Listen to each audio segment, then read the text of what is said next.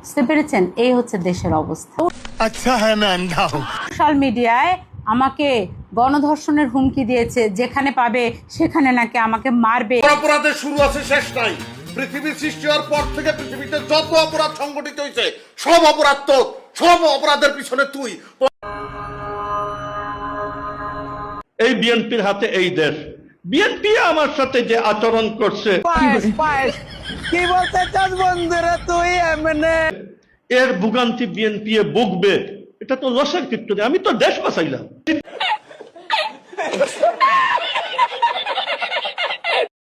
যদি না নিতাম তাহলে কি হইতো? ব্রেনটা বড় হইলে আর সারা দেশ মোতালা করলে তারপরে বুঝতেন। এখন তো বোঝার মতো এই ব্রেন নাই। আরে কি কোন? অতীতে এমন কোন মরহালা আসে নাই। একচেটিয়া জামাতে ভোট পেয়ে যাবে নির্দিষ্ট কিছু সিটে, তোর কপালে জুতার বাড়ি হারাম। আপনার অসুবিধা ছিল, কিন্তু চোখ বন্ধ করি কোনো মানুষের খাবো খেয়ালে নাই যে কোনো ইলেকশনে জামাতে পাস করে ফেলে। যে জমিয়তের কারণে কোমর ভাঙ্গি পড়ছে। আজকে এই দেশ বিএনপি চালাইতেছে। আচ্ছা, যে দেশ বিএনপি কয়েকটা চালাইছে, এই বিএনপির হাতে এই দেশ। বিএনপি আমার সাথে যে আচরণ করছে, এর ভোগান্তি বিএনপি ভুগবে, এটা তো লসের ক্ষেত্রে। আমি তো দেশ বাঁচাইলাম, আমি তো কমি মাদ্রাসা বাঁচাইলাম। এই সরকার কোনোদিন কোনো বড় প্রকল্প করতে পারবে না, তবিলে টাকা নাই। দেখবেন কোনো বড় প্রকল্প করতে পারবে না। সামান্য রাস্তাঘাটের বাড়ির এলাকার রাস্তাঘাট কিছু করলাম,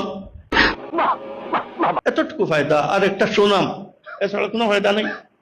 কিন্তু আমি তো দেশ বাঁচাইলাম, জাতিকে বাঁচাইলাম, কওমি অঙ্গন বাঁচাইলাম।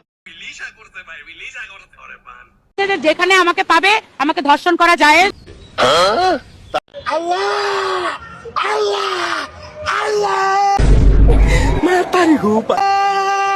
তোমার কাছে করে জোরে মিনতি।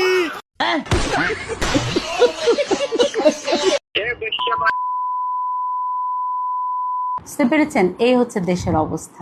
अच्छा है मैं अंधा हूं। সোশ্যাল মিডিয়ায় আমাকে গণধর্ষণের হুমকি দিয়েছে, যেখানে পাবে সেখানে নাকি আমাকে মারবে, সেই হুমকি তো দিয়েছে। এরপরে তারা আমার ফোন নাম্বার জোগাড় করে আমাকে রাত দিন 24 ঘন্টা বিরক্ত করছে।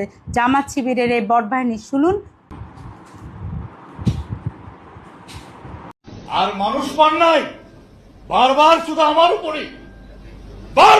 আমার উপরেই কেন? 2026 সালে পৃথিবী যেখানে এগিয়ে যাচ্ছে, সমান্তরালভাবে এগিয়ে যাচ্ছে বাংলাদেশ, সেখানে আমরা নারীরা এখন ডাক্তার, ইঞ্জিনিয়ার বিভিন্নভাবে কাজ করছি, সেই সাথে পাশাপাশি আমরা রাজনীতিও করছি। যেখানে আমাকে পাবে আমাকে ধর্ষণ করা যায়।